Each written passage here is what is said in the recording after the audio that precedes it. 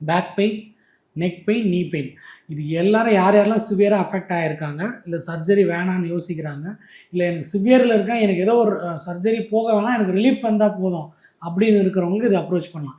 இது வந்து great 1 and 2 இருந்துச்சுன்னா சூப்பராக ரிசல்ட் எடுத்துடலாம். 100% ரிசல்ட் வந்துடும்.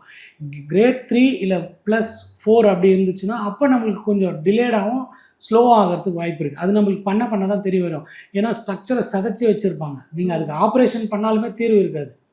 ஓகே, அந்த மாதிரி கேசஸ் இருக்கும். ஸோ இது பண்ணுறப்ப ஏதோ கொஞ்சம் அதுலேருந்து வெளியே கொண்டு வந்துடலாம். ஓகே. இப்போ மற்ற ட்ரீட்மெண்ட்டை காட்டிலும் D9 தெரப்பி எப்படி சார் வித்தியாசப்படுது? நீங்கள் எப்படி கியூர் பண்ணுறீங்க?